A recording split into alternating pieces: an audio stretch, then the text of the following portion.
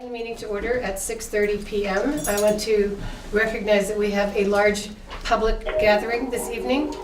I will not discuss rules of procedure now, but I will introduce the relevant parts at the point at which the public will be invited to participate in the conversation. I would like to ask if there are additions to the agenda. You might want to point out that Richard's on the phone. I also want to say we have a full select board tonight. Richard Wazanski is on the phone. No, Hello. Good evening, Richard. Sorry? There are no additions. There are no additions. So we, with regard to the approval of minutes, we have the minutes of the regular meeting of February 12th. And we also need to sign the minutes that were authorized at the last meeting for January 22nd. So we'll start passing them around the 22nd, and I would entertain a motion to... I will make a motion to approve those minutes. Second from Gabby. All in favor? Aye. Aye. Hi. Thank you, Richard. Thank you.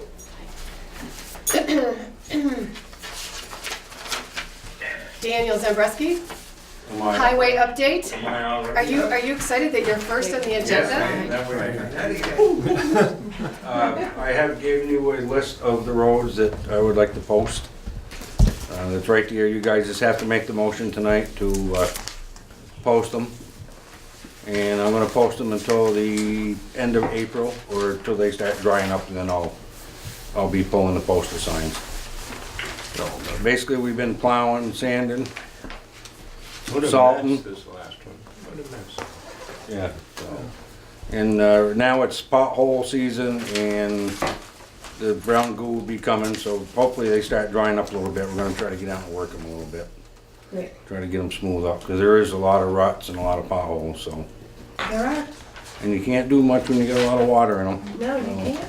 But So the rule is, has to be filed with the select board and posted by the select board in 2 public places. And it is for 2 axle trucks of 15,000 pounds, 3 axle trucks of 18,000 pounds, and tractor trailer units of 20,000 pounds. And the notice is that in order to prevent the abuse of any highway or portion thereof, posted under the provisions of these sections of Vermont statutes, inclusive in each year or until adopted, sections from November 15th to December 31st and from January 1st to May 15th, inclusive in each year or until adoption and announcement of any modifications of said rules. No vehicles having a weight of, including vehicle and load, in excess of the weight specified below shall be operated on any part of the following classes of highways, which are posted under the provisions of these sections. The weights are as I read them. Do you want me to read the list of roads, everybody? The usual? Nothing changed? there's a bunch of them. There's like 20 some odd down the road, so. Yeah, long list of roads, so. You know, and you can't shut your heating oil delivery guys off, or the melt truck, or the grain truck. I mean, but all the rest of them, like your garbage trucks, you can shut them off, and, you know, contractors and stuff like that, so. Just want you to make aware of that. Thank you. So do you do that by signs? We're or- gonna, now that we get, with signs are all ready to go, we're gonna start Okay, putting them no, up I didn't know tomorrow. how we, No, we put Sorry. a sign on each, Yeah. beginning and end of each, well, the Fantastic. beginning of. So this is a meeting in the public, but not for the public. Oh, I'm And I would sorry. like I'm so to sorry. say that people who wish to address somebody need to do it through the chair. I'm That sorry. was gonna be one of the rules that I covered later, but that's what I wanted to remind people now. This is not a general conversation. sorry. So do I have a motion to approve the posting? I so move. Miranda so moves. Second. Miranda Second. seconds. You missed out, Richard, but you can vote aye or no. All in favor? Aye. Aye. Thank you. And we'll probably post one here, and I'll put one at the bridge, and maybe one down at the Guilford store. Okay. So we don't need to. No, I will take care of that. Thank you. That's it. Under new business, we have the Green River Watershed Alliance with Linda Lemke and Sarah Coffey. And we've limited, so we're trying to limit the discussions. Okay, thank you. To 15 minutes. Bye, Danny. Bye, thank you. Thanks, Dan. So, Peter's going to start. do you have those for everyone? Yeah, because we 3 have been serving on the steering committee. Oh, do you have to take the one? Did I give somebody mine? Oh. Never mind. So Does anybody have Linda that? is handing out a Green River Watershed Alliance folder with a map inside. And this is a draft of what we hope to hand out at town meeting. So, as you guys are aware, I've updated you several times previously, the Green River Watershed Alliance has partnered with a number of organizations from around the state, but a number particularly here in Windham County. Those partners include Windham Regional Commission, the Windham County Natural Resource Conservation District, the Connecticut River Conservancy, the Deerfield River Watershed Association, the Vermont Department of Environmental Conservation, Vermont River Conservancy, Vermont Performance Lab, the Brattleboro Museum and Art Center, and then the towns of Marlborough Conservation Commission, the town of Halifax, and obviously our own Conservation Commission here. We just recently finalized the mission statement of the organization, and it's just a couple sentences, so I'll just read it briefly. The Green River Watershed Alliance is a community-led voice for the stewardship and protection of the river and its surrounding landscape. We unite the towns within the watershed to proactively reduce the impacts of flooding, support healthy ecosystems, and increase the overall awareness and appreciation of the river and its watershed. So I think Linda's going to take over from here. Yeah, one of our main goals is to communicate well with town officials and town organizations, so that if you have concerns that you're dealing with that somehow overlap with things that we're interested in, we can be communicating. So I have met so far, or I have updated the, Oh, sorry, could you come up here and, yeah, we'll put you, I forgot that Richard can't hear. I'm sorry, Richard. That's okay. Thank you. I've been updating the Conservation Commission. I met with Green River Village Preservation Trust to tell them about the work of this new organization. This is our first meeting with you, and we hope to give you regular updates and ask you for feedback throughout the next year. So a secondary goal is to communicate well with citizens, so that all of us come to an understanding that we're not only part of a neighborhood or part of a town, but we're also part of a watershed. And that's one of the main goals of the High Meadows Fund that gave us this $40,000 grant. And we were one of 4 watersheds that received the grant this year. I think there were 6 last year. And so communication is a big part of their training and their initiative. So we've been meeting monthly since July, when the grant came through, and we're now ready to, reach out. So this is a list of activities that are planned for the spring through May.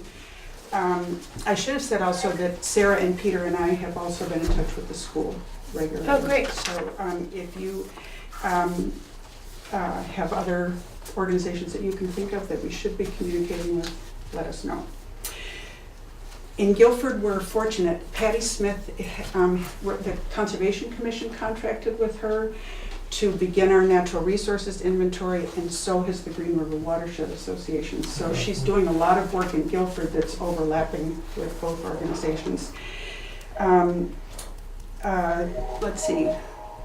The first big thing that we're having is, well, actually we did have something that Patty did last weekend in the headwaters of the Green River, a snowshoe walk, and she's doing 2 more. One is in Guilford, and that's a vernal pool training workshop, and that's listed under April 14th. So that'll take place in Broadbrook Grange. And okay. Our first big workshop is on land conservation, and that'll take place at Marlborough College. But it's our Conservation Commission is co-sponsoring it because it's been something that we've wanted to do for a long time. So if you look quickly at the map that's in this little handout, parcels that already have conservation easements on them are identified in green on this map. And so in this workshop, we'll be looking at other parts of the watershed that might be important areas for future conservation. And our hope is to talk to landowners who might sometime in the future, far or short term, might consider looking into Linda, could you conservation. talk directly into the microphone, please? Where's the microphone?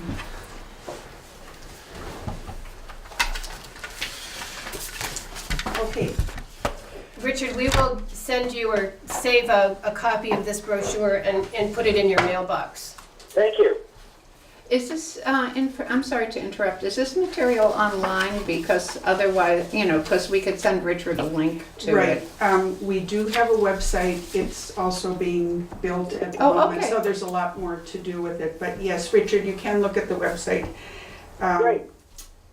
And we'll save a copy of this handout, and it'll be a town meeting for you too. Thank you. Another really interesting thing that's taking place in Guilford is that the road crew commissioners are getting together, and that will be at the Broadbrook Grange. And the water table will be there so that they can show citizens how flooding occurs and how culvert helps. It'll be a hands-on demonstration, lots of opportunity for questions and for kids and people to play on the water too. So there'll be more things happening in the summer. One thing that you might get wind of is that there's a marathon planned for the Green River watershed. It will begin at Marlborough College on August 26th and end at Greenfield Community College. And it's really being planned with a lot of respect for the watershed itself. The number of people are limited, and I think it's a good opportunity for residents to think about the length of this watershed and some of its natural beauty, Cool. and the visitors who will be coming to see it. Do you have questions? Sarah's going to follow with some of the things that she's doing. Do you want to take my place now, and then maybe we can all take questions after? I'll be brief. Hi, everyone. Thank you, So- Gabby. Let me just, I have more handouts for you. So,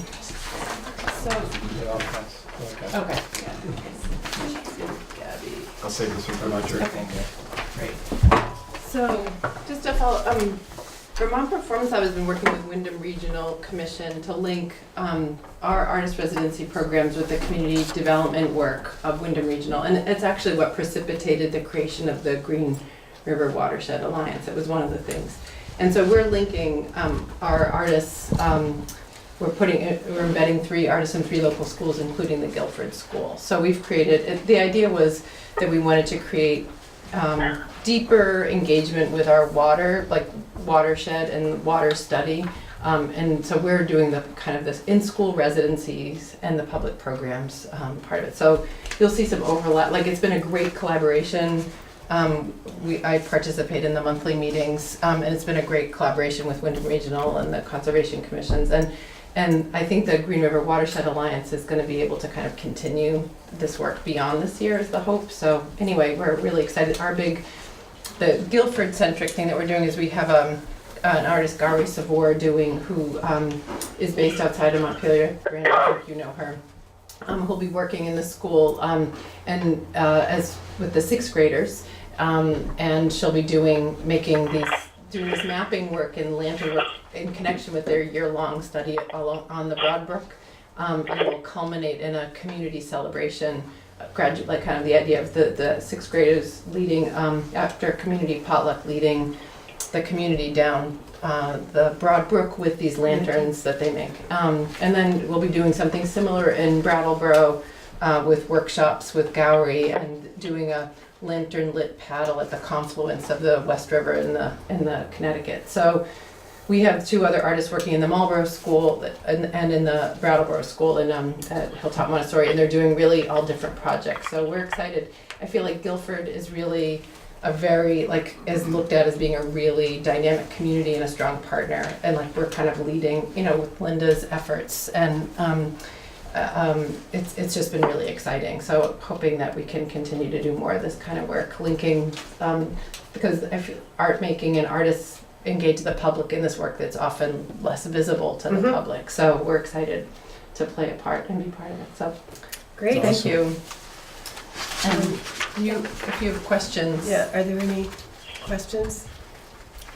Sounds great. Okay. It does. I'm so impressed by the amount of work that's gone into this and thought, Oh, and how much you've propelled things forward, Sarah. Well, we're having and Linda, And thank Gowrie I'm sorry to interrupt. No, I'm done. She's a wonderful uniter No, she's been working, not just in Vermont, but her work all over Vermont, making these amazing lanterns, and that being both the process and the kind of performance that comes out of it, or the collaborative activities, have been really linking people up and also sort of creating like rituals that are very touching. She's done a lot of beautiful work in Waterbury, and she's having an exhibit at the Brattleboro Museum at the same time. So we intentionally did a lot of the activity at the Grange, like at the school and at the Grange, so it was a way to kind of build the community, in the school, outside the school, around the school. So and we're excited that we can do that. So Great. yeah, Thank you so Thank much. you. The next thing on the agenda is the conflict of interest policy. I think I let people know that VLCT, Vermont League of Cities and Towns, had come out with some strongly proposed revisions, which Peter incorporated into a draft, and just, yeah, does anybody need a copy? I looked at it online before my operation. I couldn't quite tell what was going on as far as, because there were just sort of two documents, one with highlighting, one without, so I wasn't So really it's sure what labeled was draft going and on. current. So the draft had highlighted the additions to the current copy. So there was a Word and a PDF draft for the new bylaw, the revisions, and then the current one, so that, because I'd asked Peter to put them there so people could compare the new draft versus the current law, which is also online. Bylaw, sorry. But am I understanding correctly that yellow highlighted was the The additional differences, yeah. suggestions? Several of them were additions, and one of the sections was they rewrote it, is what it was.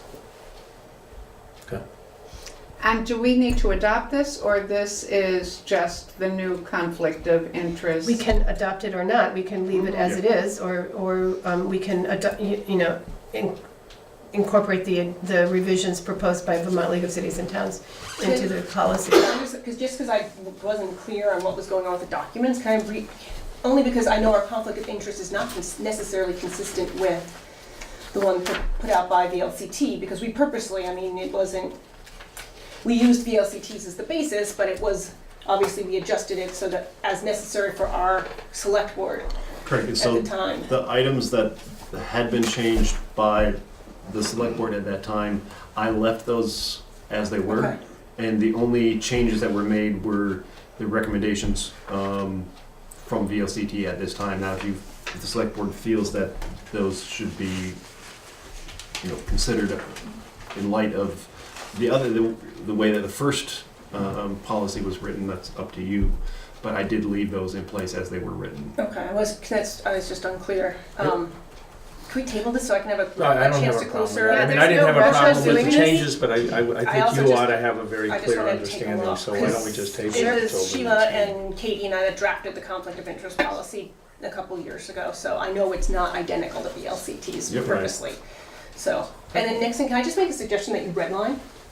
So, Sure. it was just highlighted, I wasn't sure what that meant, in all honesty.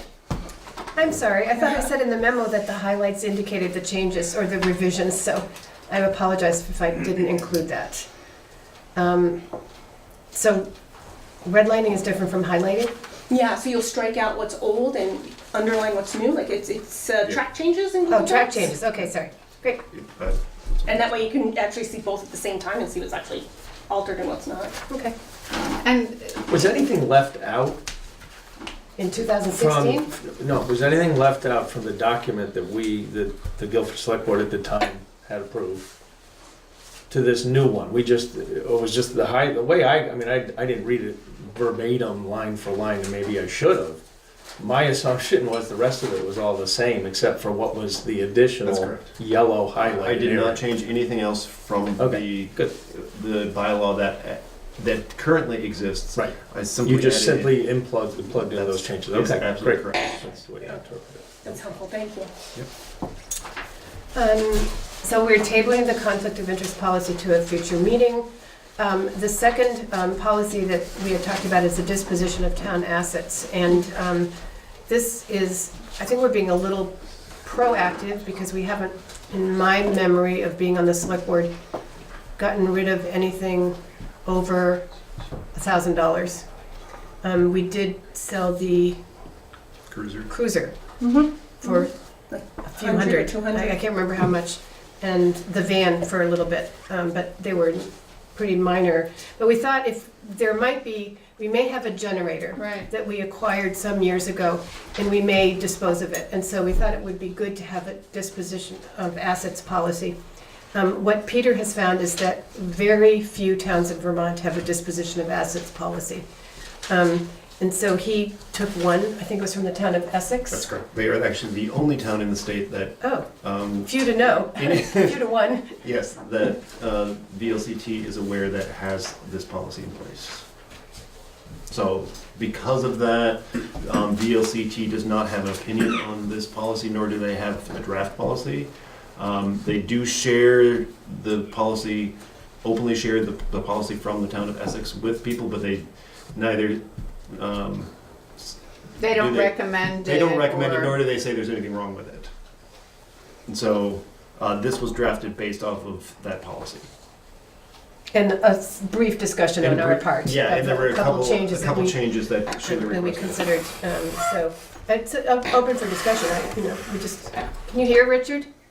Yes, I can, thank you. Okay, so I don't know if people think it's a good idea, if they have any questions, any suggestions? Okay, so my only thought was, how does this affect when we sell large equipment? Because we rarely sell large equipment. We usually trade it in, which I honestly think is sort of the safer bet for us, that we don't, get into any contract or breach of warranty, any type of legal issues by selling it directly to someone. So my only thought was, it looks like we need to then go through this process with all of our town equipment rather than trade it in. I think that's a good question, and I would say that we should probably exclude highway equipment.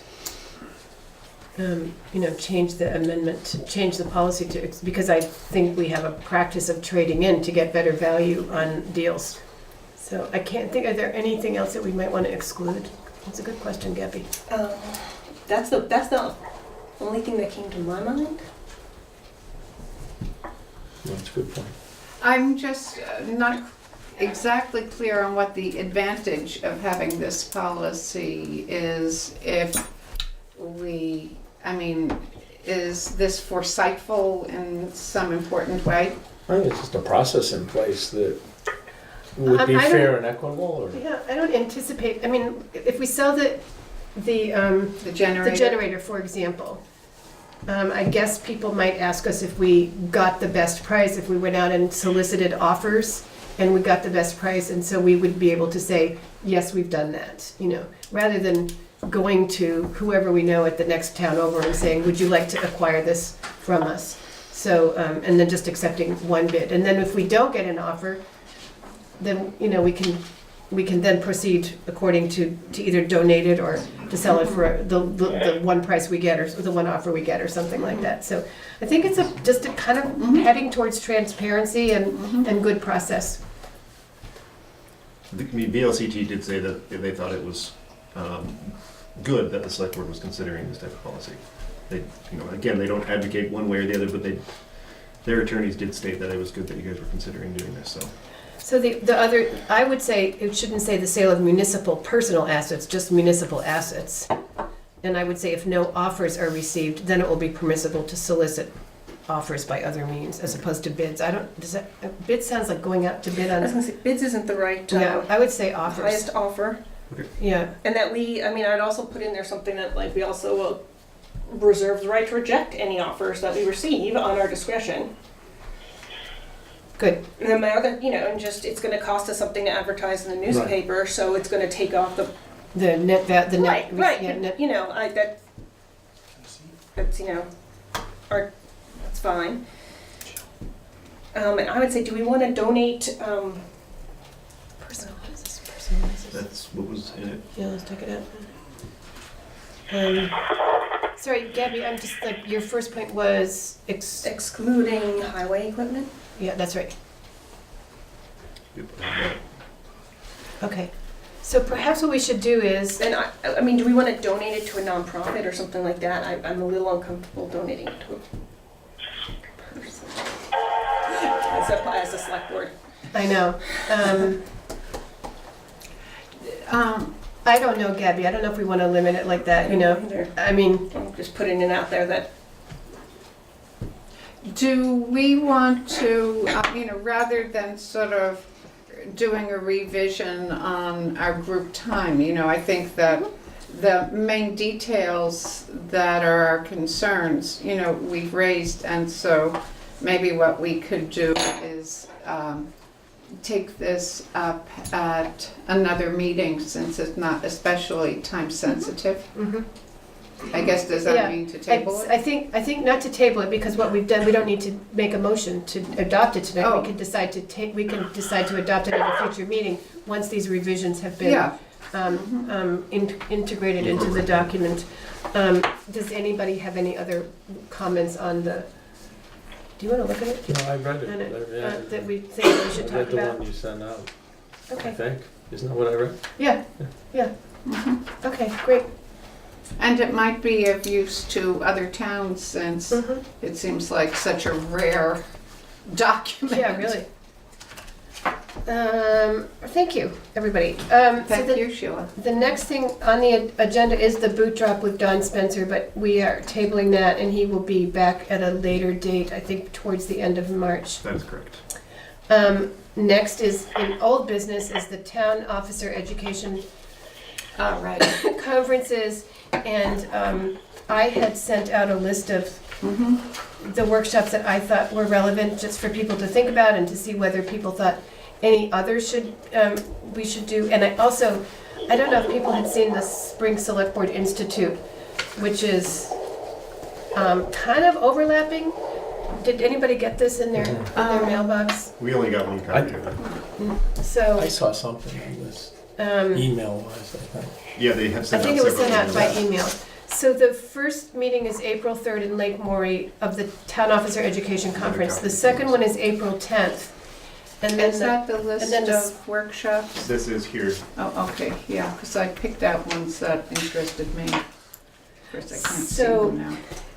I didn't know, I think what the objective tonight is to decide if people are going, and then to which ones, and then are we in agreement on the workshops that will be of most value to the town? So, I'll take a poll. Richard, are you gonna be back to go? Yes, I am, and the ones that I was interested in are public engagement, open meeting law, the one on aging, and online presence. To save time, should we just have whoever wishes to attend email me Yeah. which ones you're interested in And then we and can which fine-tune. location? yes.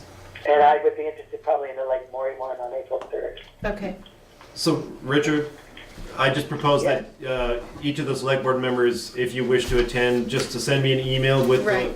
the ones that you wish to attend and which location, and then I will organize it from there. Okay. great. And then I would say that if people have not looked at the Spring Select Board Institute, which is March 24th, maybe you could send something out about that as well, so that we are coordinated in our approach, and that the essential workshops are covered, and that we remember we're reporting back to the town on these workshops, so. All right, so the next thing on the agenda is the Broadbrook Community Center Anthony Lot transfer, and Peter, you need to talk about that. Yep. So, as you're aware, just over a month ago, Bless the select board decided on the proposed conveyance of via gift agreement to the Broadbrook Community Center, and the details of that agreement were posted at 4 locations throughout town, and as long as it was posted for 30 days, and as long as there was no petition opposing this transfer of what was known as the former Anthony Lot, that the conveyance can move ahead. According to 24 VSA 1061, it's Part D, subject to the provisions of the subsections A and B of this section, real estate owned by a town, village, or town school district may be conveyed by an agent elected or appointed for that purpose, and the conveyance shall be underhand. So what the select board now needs to do is to, within the select board, to appoint an agent that will sign on behalf of this entire select board. It was recommended by Pat Bew that this is the best process to use, instead of having all select board members sign the documents, just to have one of you do so. So, Sheila here is. I got it. Oh, you're looking at it. Okay. I am, thank you. And then there's a couple other things, but let's go through this first part. So the first part is that I would entertain a motion to appoint somebody as a select board agent to convey Guilford parcel ID 240.2, span number 273-086-10893 with 0.97 acres, Lot A, to the Broadbrook Community Center. I so move. Thank you, Richard. And who are you moving to be the appointed agent, Richard? Can it be the select board? It has to come Has to be from an this. individual. Agent of the select board. It's like the select board chair, for example. Yeah, Or how about vice chair. Sheila? Okay, so I'll Richard second that. moves to appoint Sheila. And And Veranda. Miranda's seconding. Yes. Any discussion? I'm just gonna, I'm on the BBCC board, so I have a conflict of interest, so I'm gonna abstain from all Okay, this thank you voting. for reminding us of that, Gabby. Any other discussion? All in favor? Aye. Aye. So I get to sign the letter. Abstention. Oh, one abstention. Yes. Gabby abstained. Okay. I'm seeing it being typed in right now, isn't it, Gabby? Okay, now the next thing is that, So as well as what was just read, according to 24 VSA 1061, Section A, Part 1, unless the petition is filed in accordance with Subdivision 2, the subsection, the legislative body may then authorize the conveyance. So next would be the actual motion which she would request. I so move. to convey Guilford parcel ID 240.2, span number 273-086-10893 to the Broadbrook Community Center. I would second that. Veranda will second that. All in favor? Aye. Aye. One abstain. And Gabby, you're abstaining. Abstain. Thank you. So that has passed. I will say that I read this Lister review of the conveyance by gift agreement, and I absolutely did not understand it. And what does it mean when a new PTTR, separate deed description should be used for parcel 240.2? So- And has that been done? No, Whatever it that will means. not be done until the new deed is drafted. Peter, do we need to do roll call, because it wasn't a unanimous vote? That would probably be a wise idea. So if we could, Okay, it would take, the vote is, thank you, Gabby. Would Sorry, we on both have to of them? retroactively do both of them? It should be It roll call, should be roll because call it's not votes. unanimous, just so there's no No, I understand. Yep. procedural okay, so, issues. so we'll go back to the one appointing Sheila as select board agent. And, Richard? Yes? Aye? Aye. We're doing a roll call, a roll vote now. Aye. Aye. Veranda? Aye. Gordon? Aye. Sheila? Aye. Oh, sorry, Gabby? Gabby abstained. The motion to convey the parcel to the Broadbrook Community Center, I'm gonna do another roll call vote. Richard? Aye. Veranda? Aye. Gordon? Aye. Sheila? Aye. Gabby? Abstain. Abstained. Okay. Thank you, everybody. Well done. We really know how to have drama here. I know, right? Excitement. Okay, so the next thing on the agenda is the River Corridor Bylaw. And I am going to review the status of the actions of the town to date. I'm going to read a couple things to the gathering and, excuse me, and then I will review the public procedure, the select board procedures for public meeting with the group, and we will see who is here to speak to the issue, to express their concerns to the select board, and then we'll decide how much time we have for that, for those conversations. So what I wanted to say, to let everybody know, is that on January 22nd, a month ago, the select board delayed its vote on the river corridor bylaw for a month so that people could have extra time to gather more information. The vote was rescheduled for this evening.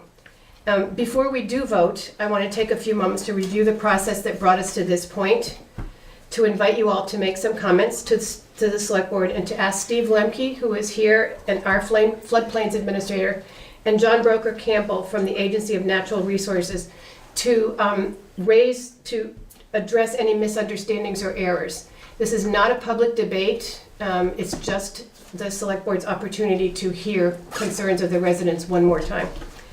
I want to just make sure that everybody understands the purpose of the bylaws, the purposes of the bylaw, and I'm going to read these because I think they are very important for this group, this gathering, and for everybody who may be listening or might be listening in the future. So the first purpose is to implement the goals, policies, and recommendations in the current town plan. The second purpose is to avoid and minimize loss of life and property, the disruption of commerce, the impairment of the tax base, and the extraordinary public expenditures and demands on public services that result from flooding-related inundation and erosion. The third purpose is to ensure that the selection, design, creation, and use of development in flood hazard areas is accomplished in a manner that minimizes or eliminates the potential for flood and loss of or damage to life and property in a flood hazard area, and does not impair stream equilibrium, floodplain services, or the river corridor.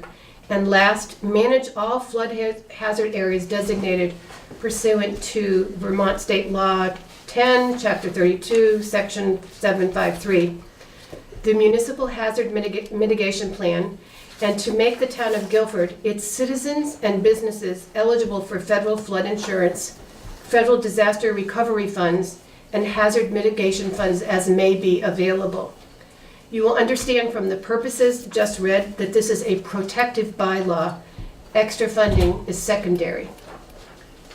Over a year ago, by January of 2017, this proposed bylaw had been brought before the Select Board, the Conservation Commission, and the Planning Commission. Subsequent discussions and reviews in the past 15 months have included multiple Select Board meetings, detailed information on the town's website, an article in the Gazette, a mailing to 461 property owners that are either already in the special flood hazard area and or would be located in the river corridor, a public information meeting at the end of November of 2017, and many phone calls, meetings, or emails with concerned residents. And finally, the month delay from the originally scheduled vote. And that, I will also say that in the last article of the Gazette, the last issue of the Gazette, there was a notice to the effect that the Select Board had delayed its vote on the river corridor bylaws to February 26th, and a note to call Steve Lemke at a certain number prior to the vote. So so I think that as much effort to reach the public as could have been made has been made. One positive result of this public process is that a number of property owners have become aware of the 2007 FEMA MAP flood hazard bylaw and what it means for their property. That is a bylaw that was enacted 11 years ago? Can I do addition? And follows on a bylaw from, I think, 1989. I'm sorry, I'm not quite ready. Another result is that some property owners have raised concerns that the bylaw would negatively impact their property value. The Select Board, in consultation with the listers and after being apprised of several conversations among property owners, having consulted with Steve Lemke and other state consultants, have concluded that each property may be affected differently or not at all. Thus, grievances would be heard on an individual basis, as is the town's custom. I want to explain what will happen if the Select Board adopts this bylaw, the next steps. If the bylaw is adopted, a formal and concise explanation of the adopted bylaw and the method for opposing the bylaw will appear in the Reformer and the Commons no later than March 12, 2018. Copies of the bylaw will be distributed around town and posted on the town's website. If 5% of the registered voters sign a petition to bring the bylaw to a town vote, the select board will schedule a public meeting and a vote. I will spare you all a reading of the formal procedure, but we'll give you copies in a minute. Richard, could you mute your phone? Hello, I'm losing you. Hello? Richard, we were getting a lot of static there. Oh, okay, I'm here. Can you try muting your phone? Okay. Thank you. So, a couple, He's eating potato chips. I know he is. I wanted to now the information about public participation. All meetings of this body are meetings in the public, not of the public. At the conclusion of the discussion of this agenda item, but before any action is taken by the board, there may be 5 minutes afforded for open public comment. By majority vote, we may increase the time for open public comment and its place on the agenda. Comment by the public or members of the body must be addressed to the chair or to the body as a whole, and not to any individual member of the body or public. And members of the public must be acknowledged by the chair before speaking. So this is not a free-for-all conversation. This is an opportunity for people to stand up and present their situation. I wanted to ask how many people wish to speak to this tonight? Sorry, I'm just like, I wanted to take account. 1, 2, 3, 4, 5. 5 people. So I think instead of allowing 5 minutes for all 5 of you, we will allow up to 4 minutes per person. And that 4 minutes will include an opportunity for Steve or John to correct an error or to correct a misunderstanding. And that way we will get as much information as we can and then be able to move on. I also want to say that, and perhaps if people still have unanswered questions about a personal issue, that Steve and John are still available here to answer those questions, but those are not matters before the select board. I also have a timer here tonight. So there are copies of the River Corridor bylaw on the table if anybody wants them, and there are also copies of the procedures. If the bylaw is adopted, what are the formal next steps according to the laws in Vermont? So you can take those and have them passed out. And I would ask that you also introduce yourself. I think I know most of you now, but we've heard from you before, but I'm sorry, I don't remember your name. Scott from Broadbrook Road. Scott, so you... Several years ago, I spoke here regarding the I-91 overpass and problems that was caused by the contractors doing that on our road, and it was never resolved. I didn't put up with it. Anyways, I noticed subsequently my name and address were put on the website. You know, it was searchable. Somebody could. I kind of, value my privacy. If someone speaks here, I don't think they should have to have their name and address put online. And is that? Is every detail of the public meeting has to go online? Everybody has to sign in. It will be in the minutes who was here at the public meeting. Mm-hmm. Yes. And I just legally, we have to put your name. Okay. That's something that open meeting law requires, who is present. So we'll put your name, but I don't think you have to put your address, but just know that, all of the, all property information is public information, so they can come here and look it up. Come here, yeah, but not online makes it different. It's also available online, the grand list. Sorry, Steve, a fact? Yeah, just what we refer to as the River Corridor bylaw, just to clear it up for the people at home and stuff, is actually called the Town of Guilford Flood and Fluvial Erosion Hazard Regulations, okay? So that's what's commonly referred to as the corridor bylaw. So we can refer to it tonight as the corridor bylaw versus the existing bylaw, which is FEMA, but just so that there's clarification that we're talking about a very specific flood and fluvial erosion hazard regulation bylaw. Thank you. I'm sorry. I stand corrected. The first one. Sorry, are you finished? Or was that your question? No, that wasn't my... Okay, so you got 2 minutes and 50 seconds. I don't need to go first. I'm sorry, you've already had a minute, so let's keep going. Okay. Sorry. Okay, I became a full-time resident of Guilford in '98, and I didn't register to vote till some years later. And the reason I did because you're talking about putting in zoning and zoning regulations and helped join the others in voting that down.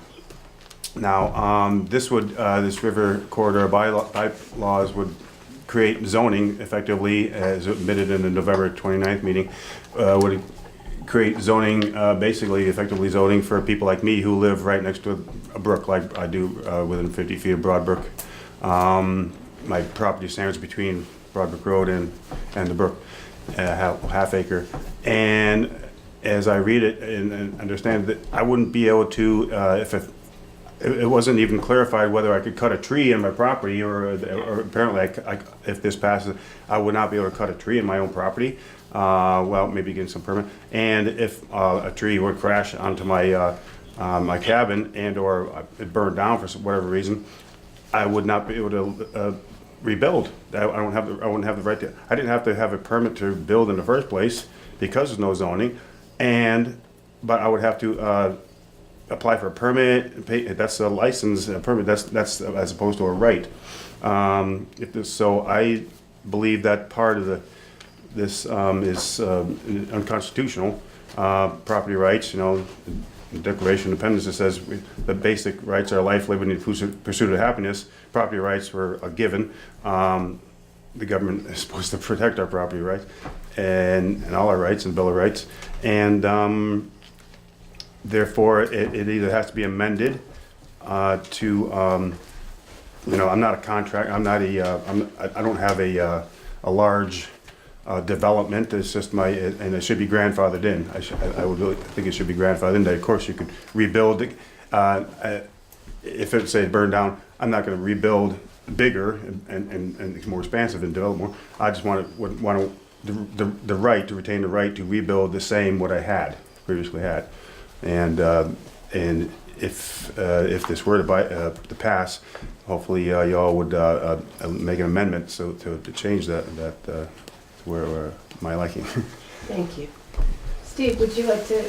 Yeah, as far as cutting trees, the main part of a riparian buffer is so that no one goes and clear cuts everything. But obviously, logic and things prevail if trees fall and you have dead trees or something else. Steve, could you speak into the microphone, please? Steve, Yeah, maybe. but long way from the mic. It's gonna be hard, Richard, because people are. Maybe Steve could just come over here. So Richard, what I said about trees was that I had a number of discussions with people about cutting trees on the land, and nobody's trying to stop people from doing what's logical. If you have a riparian buffer and you decide that you want to clear cut it for a view, that's a different situation. As far as if you lose your current house if your house is currently destroyed, you can rebuild on the same footprint. The same size. Same size, same footprint. But I would not be allowed to build any more than what I have, and I would not be able to rebuild for instance, a storage shed on the same property. No, not. If that were to. No, that's. Because that's not residential. That's not necessarily correct, because accessory structures, as long as they're not residential and they're not inhabitable and they're 500 square feet or less, can be built on the property. So a garage and their accessory structure is defined as a structure that is used for parking automobiles or storing tools or something like that. So you could rebuild what you have now on the same footprint. It doesn't have to look the same, it just has to be on the same footprint. And you can build a tool shed or a garage, and as long as if it were already there, you could rebuild it. And secondly, even if it weren't there and you had a house exactly now and wanted to build a shed, as long as it's shadowed by the existing structure. So if the water's coming straight down like this and your house is here, and you build a shed here, and it's shadowed by the existing structure, so that Literally shadowed? well, so you're in the shadow of the Next structure. to it. Yeah, you can do that. Right. Okay, I think that's answered those questions. Thank you, Steve. Charlie, Yeah, could you introduce yourself again, Terry? Charlie Bannis, Guilford resident. Just a couple of questions and some comments. Do you have any idea how many other towns in the state of Vermont might be adopting this river corridor bylaw? I don't. And if so, Maybe John does. how are they going about it, and how are they handling it? There are several towns that, Brattleboro, for example, had the bylaw and then became more restrictive. So they did away with the bylaw and became more restrictive as a continuing assessed town. So they technically have the same impact, but without the court or bylaw. Bennington has it. Putney is going through it right now. We're going through it. John, do you know the total number? I was just trying to look at, we were just having this conversation at a staff meeting recently. So if you give me 2 minutes, I might be able to find the so answer. we'll get back to you with Yes. that. And Charlie, you want to keep going? Yeah, I kind of lost my train of thought there, but yeah, I was curious as to how many other towns were participating in it, and how they were going about it. and how was they what were you going asked. about it, if it was left up to the select board to decide on this. My other thoughts are is that it is so close to zoning. You know, there's kind of a fine line in there between the river corridor and the bylaws and the zoning, that it seems to me that because about half of the property owners in town, and probably 1,000 people, are maybe affected by this, I think it should be up to the town voters to make this decision, not the select board. And I was curious if other towns were experiencing the same thing, or if they were leaving it up to the select board, or if they wanted the voters to decide on this matter. I mean, there's some of us that are, like my property, for example, isn't impacted, but just a fraction from this new bylaw. But there's other parcels in town that are majorly affected. Mm-hmm. So, you know, I think it should be left up to the people in town to make that decision, not the board. Thank you. Did you have an answer, John? So at a minimum, there's 63. I don't know that that's fully inclusive of all the towns that are in the process. Those are towns that have had river corridor bylaws for a number of years, so they're getting what's called interim status under the Emergency Relief and Assistance Fund. So it's a minimum of 63, and I suspect that number is north of there. And I'm anticipating that different towns are going through it differently, our process has been guided in large part by the Wyndham Regional Commission, I believe, and Alyssa Sabeto handling the, and John, A&R, working with the state and the region. So I think every town addresses the issue differently. And there are about 250 municipalities, towns in the state, so 60 is that? At least 63, and you're right, there's 251 towns in the state. So a quarter. Mhm. Some of those already had Sorry. zoning. This is not a zoning bylaw. Just go on record there. So are you done with your comments, Charlie? I think so. I think, Thank you know, you. that's my opinion, that's my thoughts. Thank you very much. Tammy, do you want to go? I don't know. I mean, I was told that I would have 5 minutes to speak. Well, between the two of you, you get 8. How does that It work? might only take 3. Okay, thank you. How is that? I'll But second. I feel that, you know, some miscommunications have happened in a big way. And I'm hoping to get through this, and if I can't, then I'm gonna look at my husband, he's gonna take over, and we'll Okay. switch back and forth, because that's the way we have to do it. Mhm. How much does the select board already know? Like, do you want me to go through the whole story of how 20 years ago we bought our house? 2000, 2003 and 4, 2007, 2008, 2011, 2015 to 16. We were improving our home for the last 20 years. Now, I'm for a lot of the things that, so is the board. You know, some of the programs and a lot of things that you are. We spent the last 20 years doing this in the greenest, lowest impact way possible. Doesn't matter. Each step of the way, the town came and assessed us, raised our taxes. We didn't argue, we paid it. Always paid our bills on time. Turned them in. Go off for the vacation of a lifetime last summer. we come back this November to find out that our house has pretty much no value that we can recoup from the money that we put in, because no one told us about the 2007 bylaw, one of them being our next door neighbor that signed it. So you can imagine personally how that comes into life. It's not up for your vote, your decision, but you need to know that this is affecting people more than you know. According to line 2 on page 6 of your own bylaw, that our property could be under this never build again should anything happen to it of 50% value. So now all of our beautiful woodwork, all of our beautiful walls, one day is not going to be there. And should, God forbid, anything happen, we don't even have the right to rebuild. Well, because of all the flood laws and all the administration, that my house is no longer in fair market value because it was placed in AA back in 2007, which we were not informed of until the bank informed us in 2014 of this change. The town or no one ever informed us. Therefore, why did we know? Every time the town came, there was no voice. Every time I called, we called about insurance issues, talked to everybody. Everybody knew who we were. Everybody knew we were building. Everybody knew that we were honest about it. Doesn't count. We bought a crummy little piece of property with 9 refrigerators, about 20 propane tanks, trash in the river. Picked it out every single month for the last 20 years. Every time we see something, we're the ones cleaning the river up. Oh well, that doesn't count, unfortunately.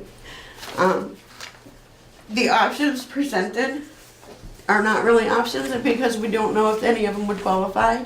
Even if they qualify, they all rely on waiting for something to happen.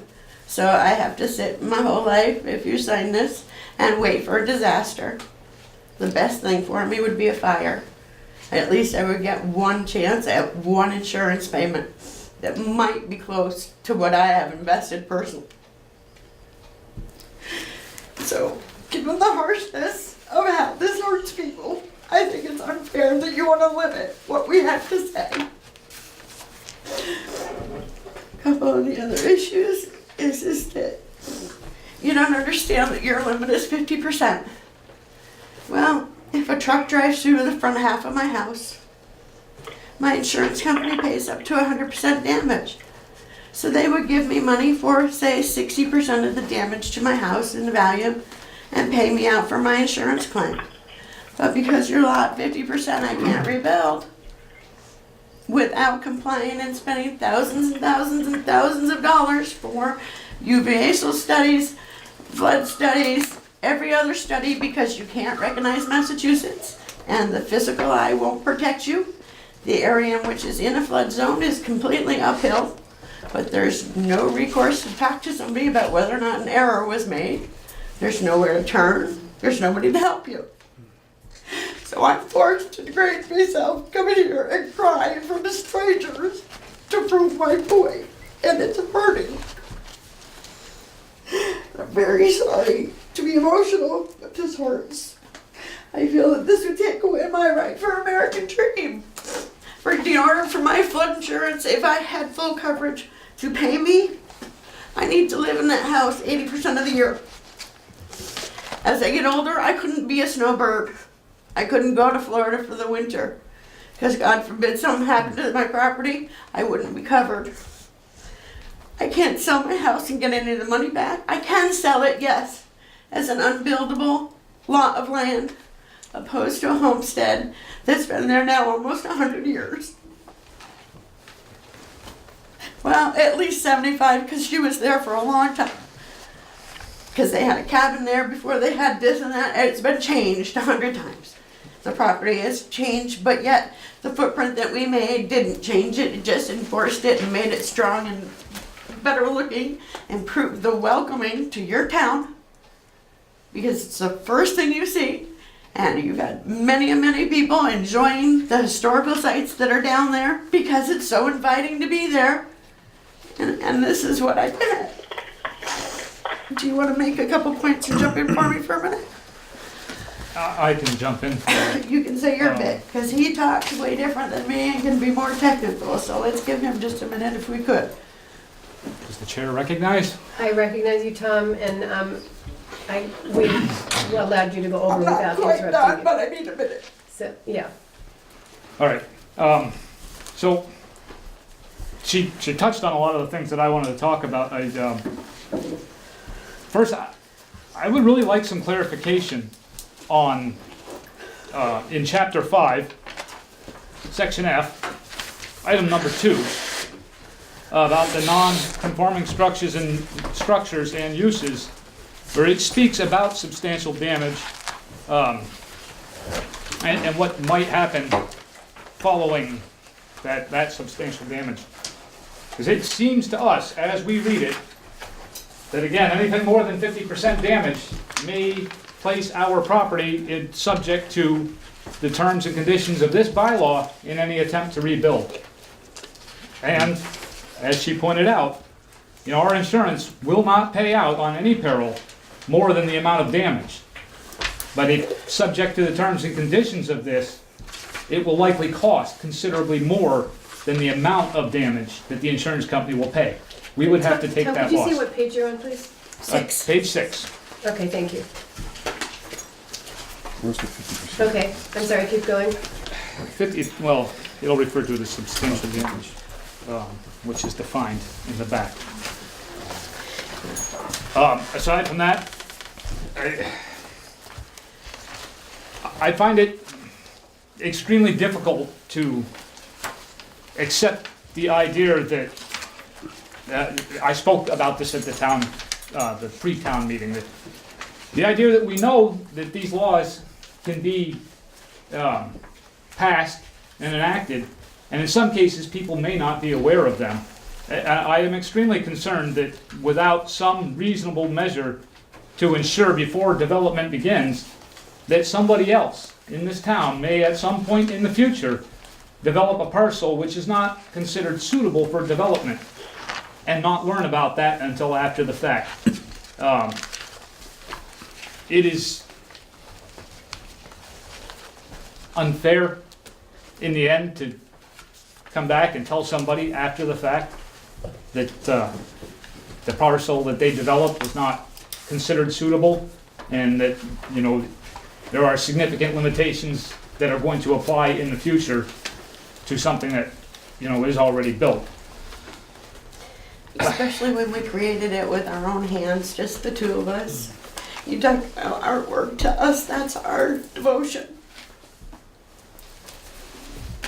Steve? The point of clarification is there's two things are happening here. One, the 2007 bylaw is not the River Corridor bylaw. We're talking about, the thing that Tammy and Tom are talking about primarily is the FEMA-based mapping that was done, started in 1989 and revised in 2007. So I just want to make certain that what you two are talking about, to start with the 2007 and coming home and finding that it was overnight change and things like that, is based on the existing bylaw, not the River Corridor bylaw. Which Just- stands. But it's written right here in the new bylaw, so that will be the law if you sign The it. terminology carries Right, over. it's the same, but I just So want to I'm make just certain. letting you know if you sign And I'm it, just that's making what you're reference agreeing to to. that what you're talking about is, what you're talking about when you say you were told after the fact was from the 2007 bylaw, not the River Corridor bylaw that we're discussing now. That is correct, but I am, No, Tom? Okay, thank you. I am expressing a concern that the River Corridor bylaw sets up the same circumstances that allowed us to step into the situation we're in now, where we have a bunch of time and money invested in a property that will never yield a return representing what we put in.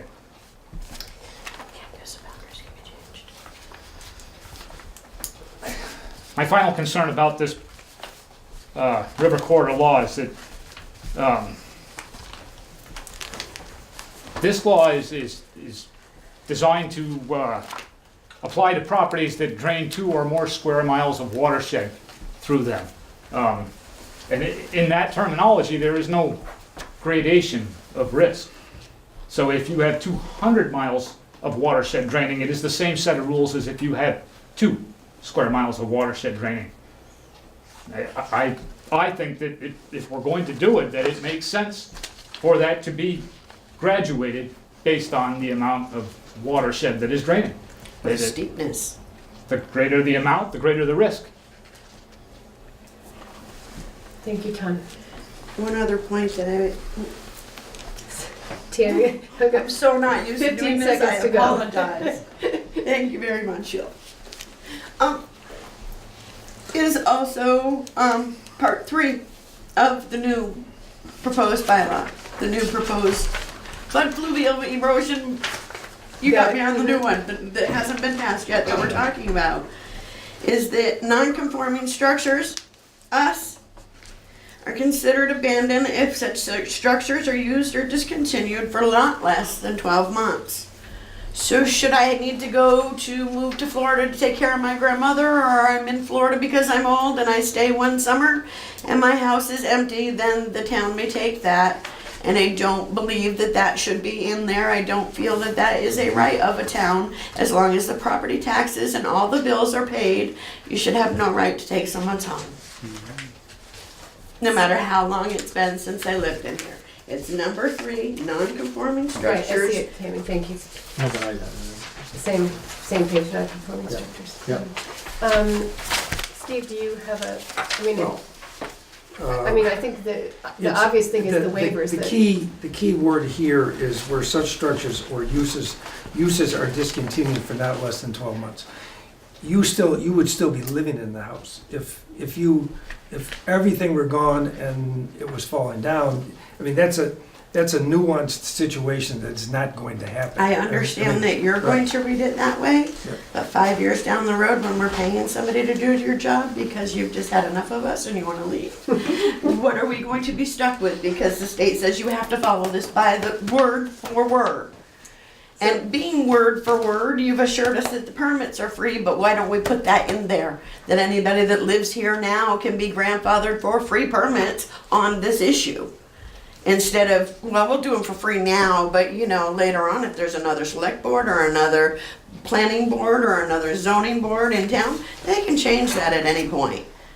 So why not grandfather us that are taking the brunt of this addiction? And I just want one last point. I just have to make one point to that. Yours would still be a conforming structure. This says non-conforming structures or uses shall be considered abandoned with such structures. Yours would still, if you moved out of your house now and went to Florida to take care of somebody, you have a conforming structure in your present situation because you're grandfathered with what you have. So your conforming structure Okay. would still be in place and the use would be considered that you're still There is no wording on grandfather or clauses or coverage So- of pre-existing anything in any of the documents that I've been presented. I So think I'm that a we little confused on that understand word. that I think we understand your concerns, and I think that perhaps the rest of this conversation between the Martins and you, Martin, right, and you, is more related specifically to their property. But it- But the point is that maybe the wording should be added, to the word grandfather, like he was talking about. Sorry, I believe that the grandfather, there is wording in here about structures and properties being grandfathered in. We can A find great that deal of later. Yes, wording, it's in here, so, I'm sorry, so we're up. the one last thing is that I need to talk to you guys about, and not Steve, which that's fine, I'm glad to table all of this stuff because we need to go, is that we need to figure out now how this affects our prices and what we've lost in property values before you decide to sign it. When you tell somebody that part of their land or they can't use their land the way it was, then it's no longer worth what it used to be. I think it would be fair to the general public if we had some idea of what that in reality would correlate to cost, and we could go into that another time if we're gonna Thank you. postpone it. Yeah, so I hear also that a big issue, which I know a number of us in town are tackling, is communications. Like, how do we do even more to get not just information about what's happening on the select board, but other activities, ordinances and things like that. So, we're working And I hard on understand that that, with and planning it's not like the theory isn't great, but the real application is it hurting people. No, could I add something? Yeah. Just briefly, I feel as if the fact that, that I don't have to get, I don't have to conform to zoning ordinances or specific, aside from septic, things like that, means that if I'm going to build something, I don't have to come into contact with the people who would be giving me this information prior to my doing the project. Yeah. That's all. I'm not debating, I'm just saying that part of our challenge in communication is how that to that be- isn't a process. How to be a responsible owner, property owner, and property citizen. I think we are finished. You know, the with questioning is very difficult. Right. Thank you. Who else would like to speak to this? Bill Murray?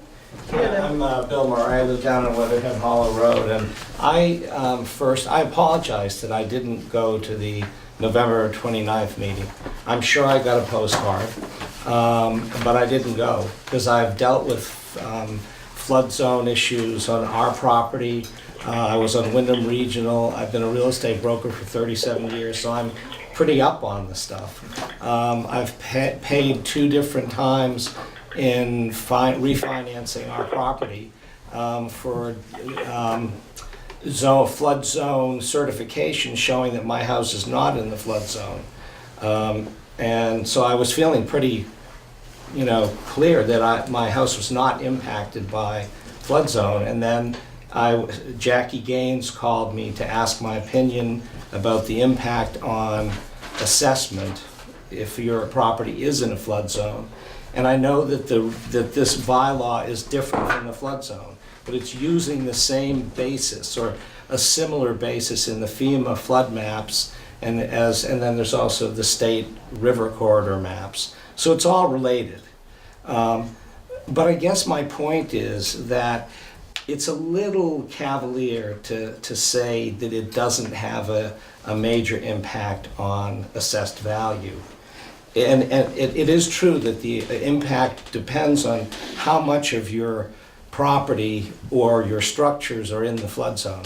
But it can be extreme because the cost of flood insurance, which I know is not part of this bylaw, but the cost of flood insurance is so prohibitively high that anyone looking to buy a property that is in a flood zone, it says, can I afford the additional a $250,000 flood insurance plan is somewhere between $2,500 to $3,500 a year. Where?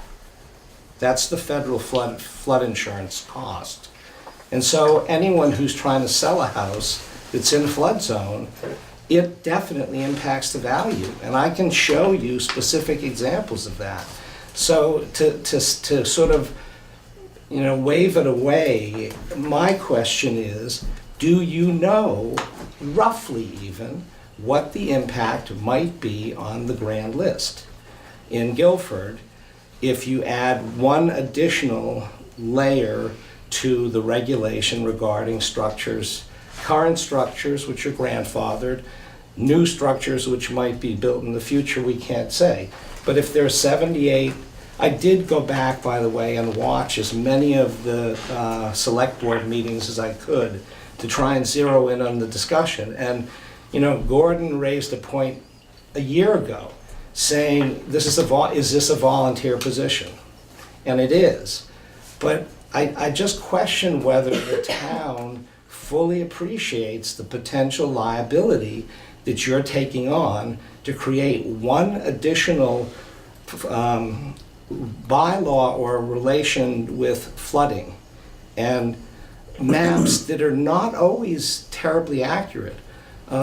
Just in the 2 floodplain maps, FEMA maps that I looked at in the last week, there were, I believe, 7 properties that had gone through the process of getting a LOMA, a letter of map adjustment, I think is where you pay an engineer or a surveyor to show that your property is mistakenly, your structure is mistakenly included in the flood zone.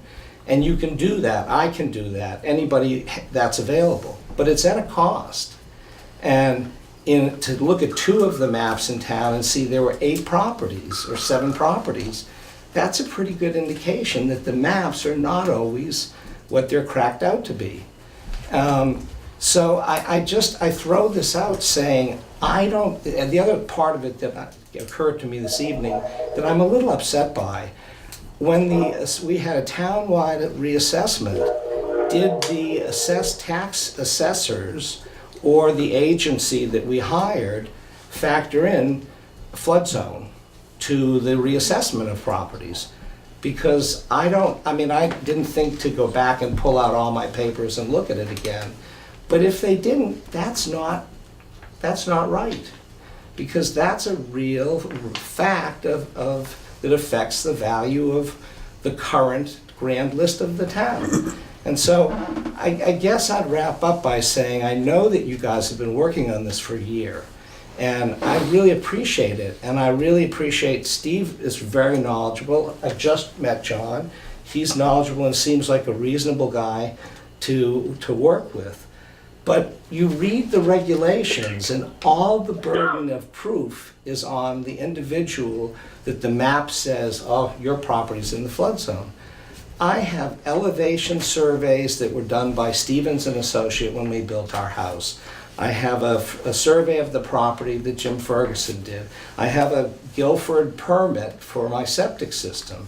So I find that even though you've been working on it for a year and you had a pretty good turnout for that meeting, I don't know that the 2,200 people or however much our population is in Guilford really are paying a whole lot of attention to this. Right. And so in that you haven't had the votes earlier, and we've got town meeting in This is not warned for town meeting. I know, okay. But I So- wonder if it would make sense for you to at least put off your vote and have the conversation. If part of the goal is to inform the public and and I know that it means extra work for people to do it, but this is a bigger deal than I think you might realize. Thank you, Bill. I would like to answer one question that I think you raised, and I would like you to correct me if I'm wrong, please, which is, if we do or do not pass this bylaw tonight, the impact on the grand list exists and has existed since 2007 and probably since before that. And so that is a matter of, again, responsible property ownership, not, there's nothing that the select board, I this, didn't understand. I'm sorry? Could you repeat a bit of that, please? If the select board tonight adopts or does not adopt the revised bylaw, the impact on property owners still exists. And the impact on the grand list is what it was last week, and 3 weeks ago, and 3 years ago, and 10 years ago. I think a clarification on that is if the select board tonight votes not to adopt the river bylaw, the corridor bylaw, the FEMA bylaw, the existing bylaw still is in place. Yeah. And it doesn't change, the Martin situation doesn't change, some of your situation doesn't change, Jackie's situation. And that, I think what Sheila's saying is that still exists as an issue for the town or for the property owner. Admittedly, the river corridor bylaw expands that situation for some people, doesn't contract it for anybody, because if you're in the FEMA zone, a special flood hazard area now, you're gonna be there tomorrow morning regardless of the vote. Yeah, and is there anybody else present who wishes to speak to this, because we have one more? Okay, I would also like to read for the record Jackie Gaines' letter to the select board, for which we also have an answer, I think. To whom it may concern, after much consideration and discussion in regards to the proposed river corridor regulations and maps, I feel that there should be some thought regarding potential downfalls. In speaking with Steve Lemke, Peter Rood, Todd Brown, and a realtor employed at Berkeley and Beller and select board member, it appears within reason to assume that property values in the potentially regulated areas could be negatively impacted. My concern is for the potential value loss if properties are reevaluated at a lesser value. Would this result in a strain on the already slim town budget? With several hundred properties located within the confines of the river corridor, would this not increase our grand list? Is this the best overall solution to gain 5% of costs in the event of a weather-related disaster? Excuse me. The potential for an annually recurring loss in property values, it seems, could actually be more damaging than the possibility for a relatively small incentive in the event of a natural disaster. Could the possibility of decreased assessed values across our towns be more significant than the possible gain? In closing, I would like to thank you for your service to the town of Guilford as our select board. So, okay. Steve, did you have any other corrections or? So I'm going to open this. Can I just chime in? Oh, I I'm just want sorry, to address one of Bill's comments. I want to make sure that everybody understands there is no insurance requirement, Right. flood insurance requirement for structures in the river corridor. Right. That is tied to the special flood hazard area, Yeah. the already in place Yeah. regulations. Yeah. So the flood insurance is its own thing. It's complicated. It's expensive. I think we all can appreciate that. But I just want to make sure that Thank point you, John. is understood. I also So in no instance then, John, can I just, I'm sorry. Yes, Gordon. Well, so there's, in your mind, there's no instance where a house or a property could be a part of this, if we were to institute this new bylaw, that they would be in jeopardy of being in a position where they would have to get flood insurance for the first time. If they are outside the map flood hazard area and within the river corridor, no, I don't see a circumstance in which that would be the case. Gotcha. Steve. And Rose are doing all clarifications, and Bill, the one nuanced part between FEMA mapping is that FEMA is a basic photograph, a static shot of the map. So Right. in order to change the FEMA maps, you have to get a LOMA, letter of map amendment.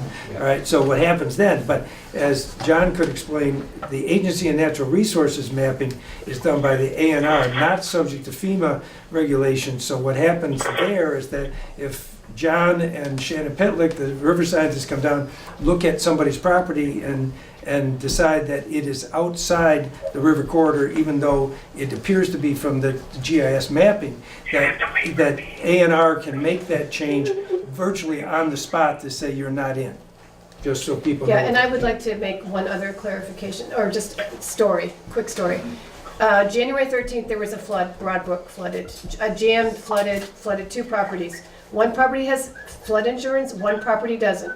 The one property that does not have flood insurance is now going to be replacing or not all of the outside structures and all the equipment that was in those structures that was flooded at their own out of pocket because they have no flood insurance. So, but that is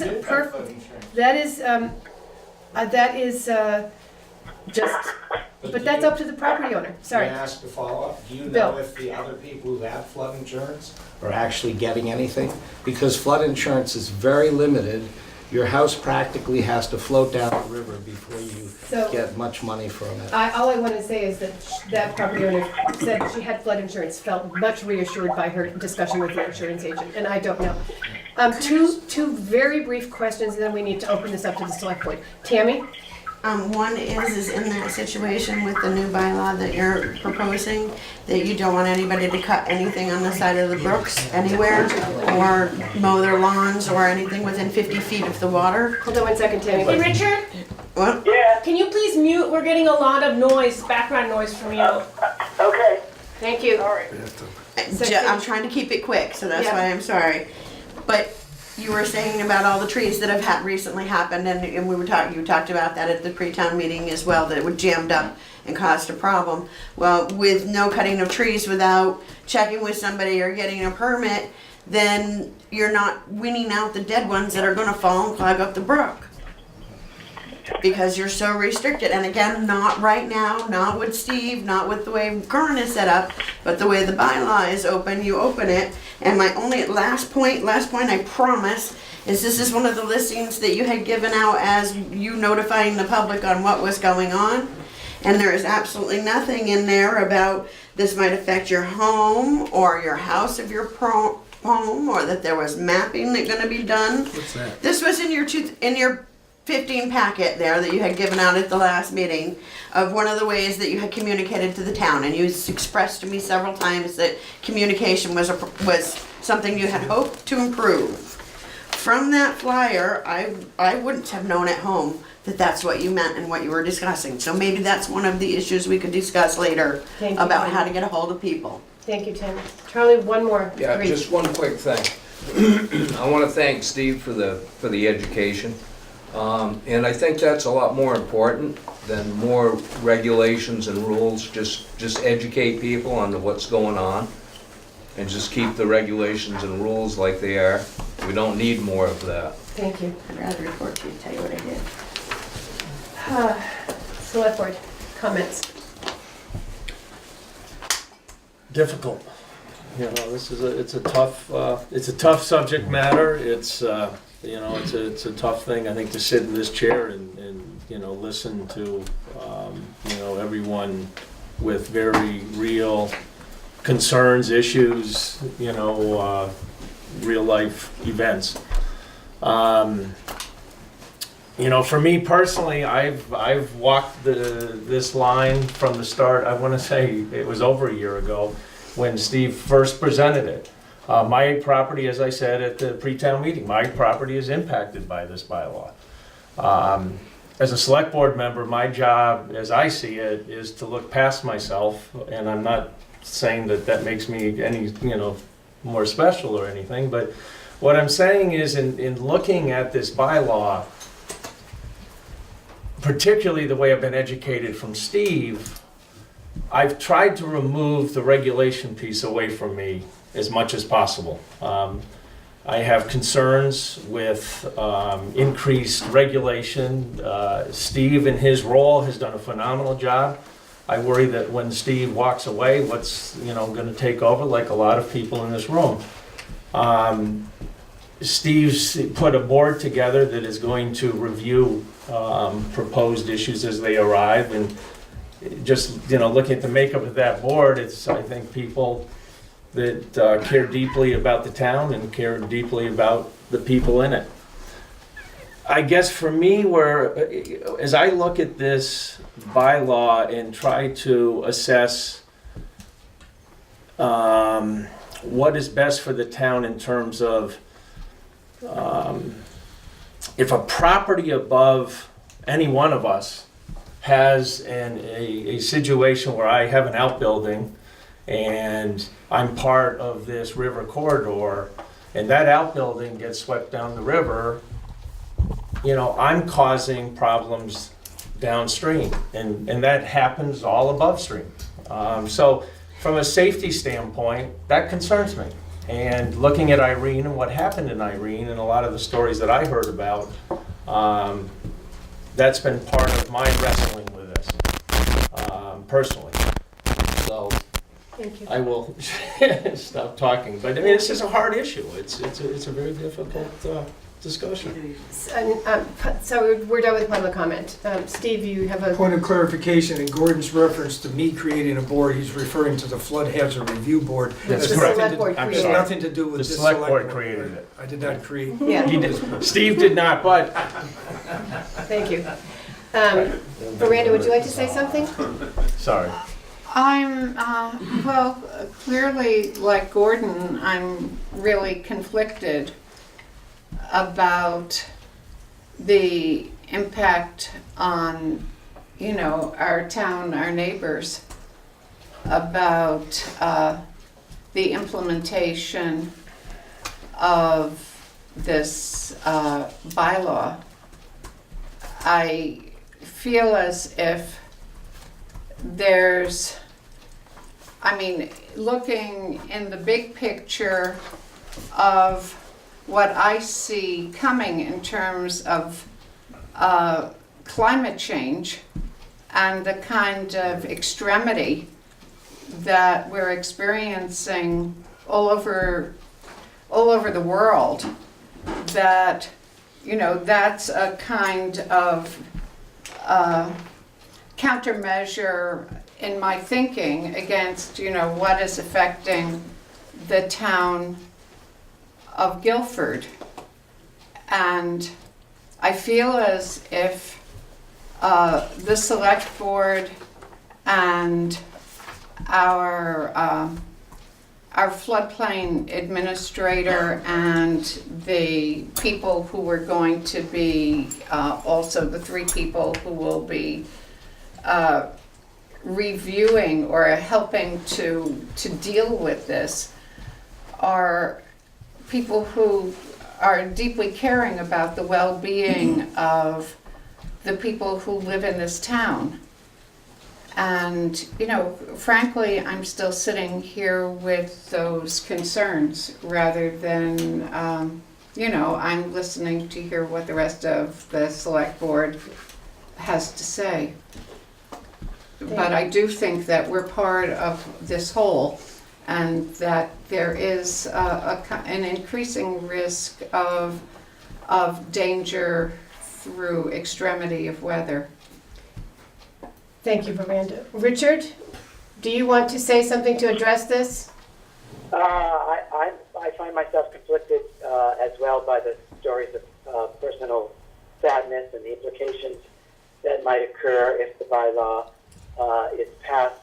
However, I go back to the purposes that you articulated at the beginning of this discussion, which are purposes which take the whole town into consideration and the environment in which we live. And I believe that we were talking about safety and prevention of disaster, prevention of the implications of flooding, the kinds of which we saw in Irene. And those purposes, to me, are kind of overriding purposes of why the bylaw should be passed.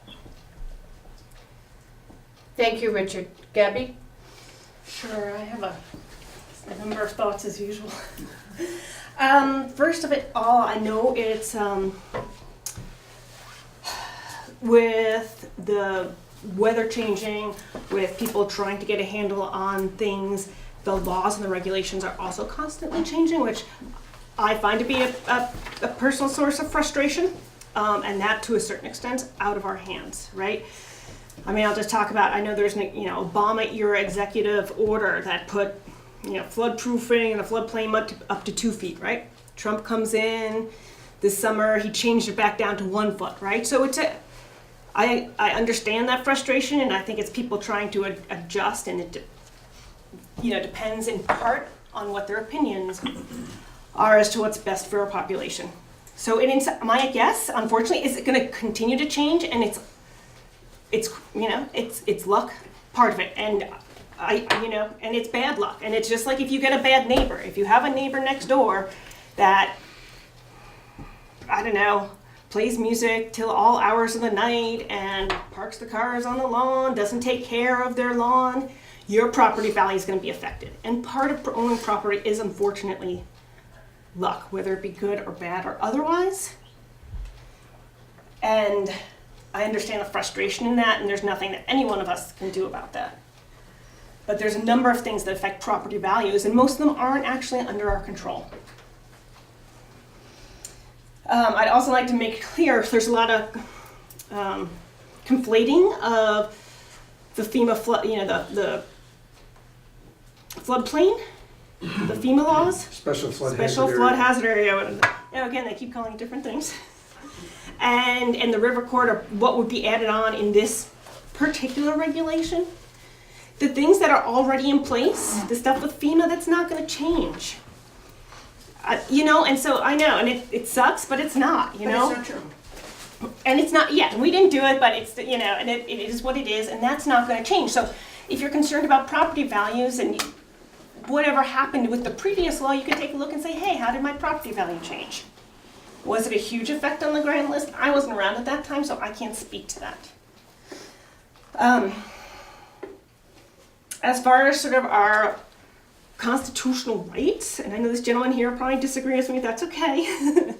Your rights are always encumbered in certain instances. You don't get to do whatever you want at all times, right? Like, classic, You can't yell fire in a crowded theater without, right, if there's not a fire, right? And that's really to protect public safety, to preserve resources, right? So the fire department doesn't come when there's another fire going on, and to protect tax dollars. It's people and to protect others. So I'm gonna say you don't have inalienable rights. You do. The government does get to tell you you can't really do everything you want to do all the time. Okay.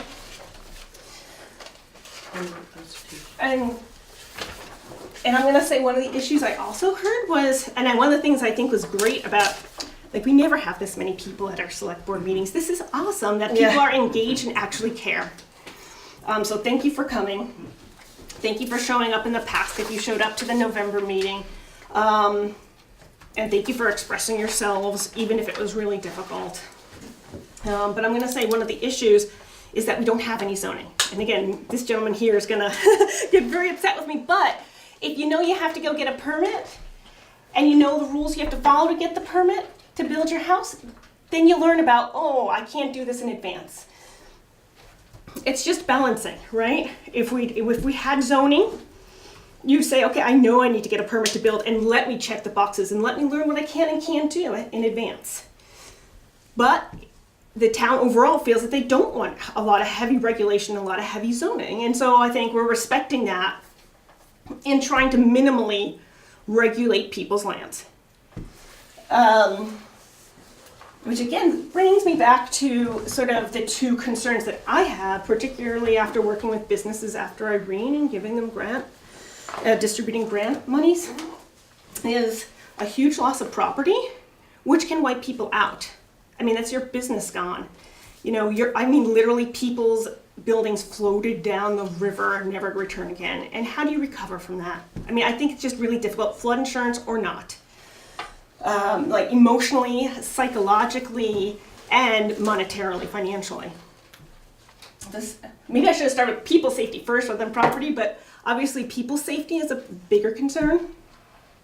Not to have people in the situation where they have to run out of their house, have to save their animals, right? I mean, we want to be proactive and preventative about these things. And then other people's property. What I saw a lot of was the stuff that washed, and we talked about this right downriver, ended up on other people's property, which meant not fair to them, because now they have to pay to clean up. And I'll tell you, there's no grant money, there's nothing to help you out in that situation. And I also heard concerns about this is going to be interpreted differently later. And I guess what I would say is that the whole point in having this massive 35-page document is you don't get to interpret it differently later. It's in writing, it's clear, and it's as read. And I think if anyone has any issues, you look back and you say, here's what was intended, and you look back in the minute meetings to get the intent of the people that passed it. To me, I know maybe other people will disagree, but I actually think some of the portions of the regulation that were brought up today were actually clear. So I guess for all those reasons, and I mean, to me, it's going to be sort of a greater good for the town as far as, in my opinion, saving lives, saving property. Thank you. Sheila, I had one more very short thing I wanted to say.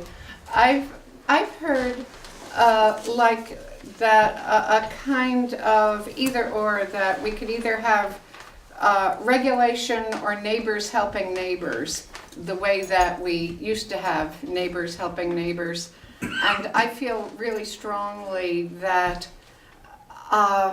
that we can have both. And that if our neighbors were in trouble, there would be a tremendous outpouring of help in any way that we could for our neighbors, including from the people who are sitting at this table. Thank you.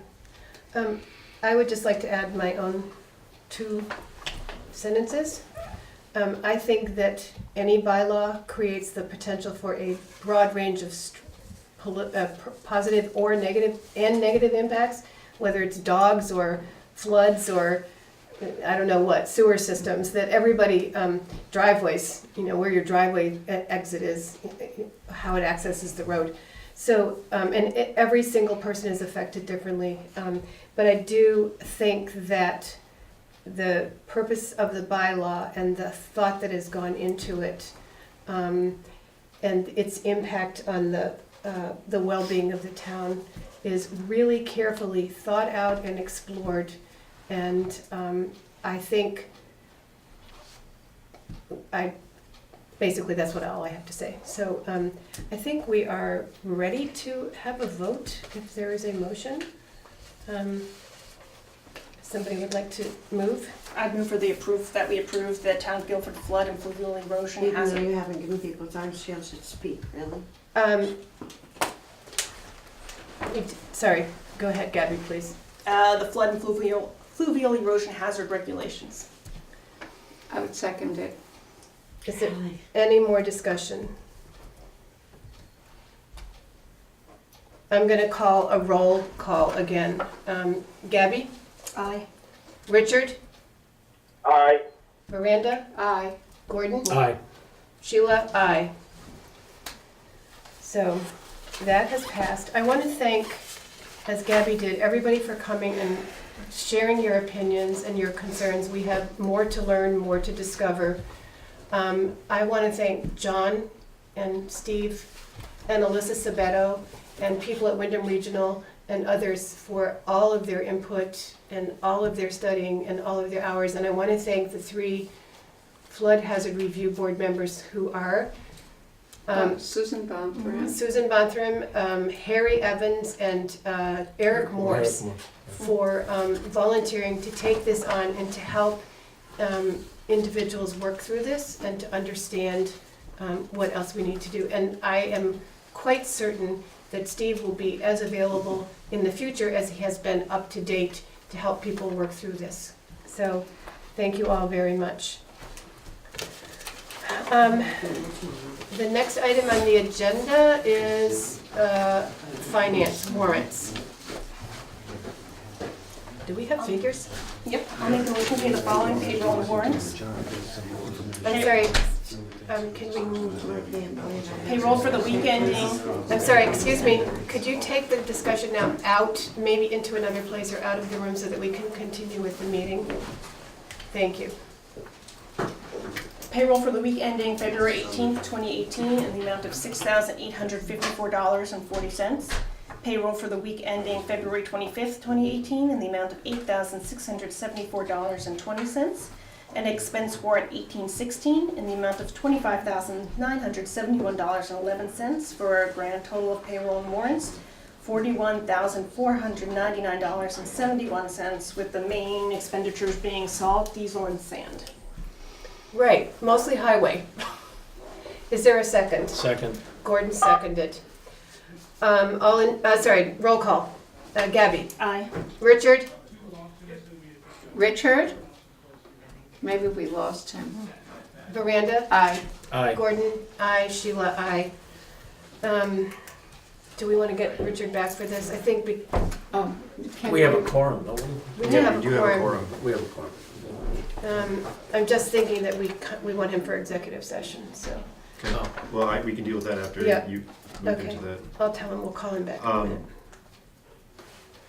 I'm back. Oh, you're back, okay. Do you want to vote on the warrant as read? Are you in favor? Yeah, aye. Aye, thank you. Communications are next. Just very, very briefly, we have a communication from the Town of Brattleboro Department of Public Works from Hannah Tyler, notifying us that they have approved the Guilford Volunteer Fire Department's request and for an allocation to the public water system for their recently installed sprinkler system in their facility. And they are currently now waiting for the state permit. In addition to this, we should be expecting to hear from them regarding a connection fee from the town for this purpose. We also. Peter, are you there? Yes. Okay. Let's move the phone over to Peter. The other communication that we have received was from the Department of Environmental conservation notifying the town that a wastewater and potable water supply permits were granted to some people over on Hale Road to begin building a new home. And that is all that I have for communications at this time. And we had for the Jackie's letter, which I had drafted a Yes. response. I can read the response, or is, I read it. Did other people read it? I read it. I read it. I don't remember it, but it Sure, says it's basically, the reasons for considering the proposed river corridor bylaw are based primarily on the protection of life and property, not on financial incentives to the town. The town has considered and will continue to consider reappraisal requests on an individual basis. Each property owner is impacted by flood regulations in differing ways and to varying degrees. For example, your land is primarily regulated by the longstanding FEMA-based mapping and regulations, not the newly proposed bylaw. We appreciate you raising these concerns and sharing your issues and sharing your concerns. We will definitely consider them in our consideration. So I could just sign that if everybody's, okay. Sure. Let me go back to my notes here. Would entertain a motion, is it up here? To enter into executive session to discuss personnel matters so moved pursuant to 1 VSA section 313A1. Thank you. Anybody second? Second. All in favor? Aye. Wait, sorry, Richard, I heard you. Okay, I think we got it today. Thank you. So we are entering into executive session at 8:16 PM.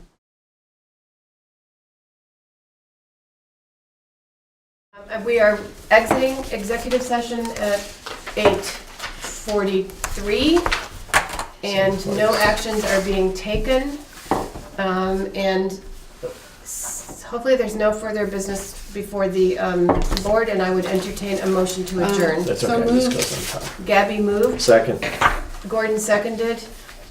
Richard is off the phone, so I will take a voice vote. All in favor? Aye. Aye.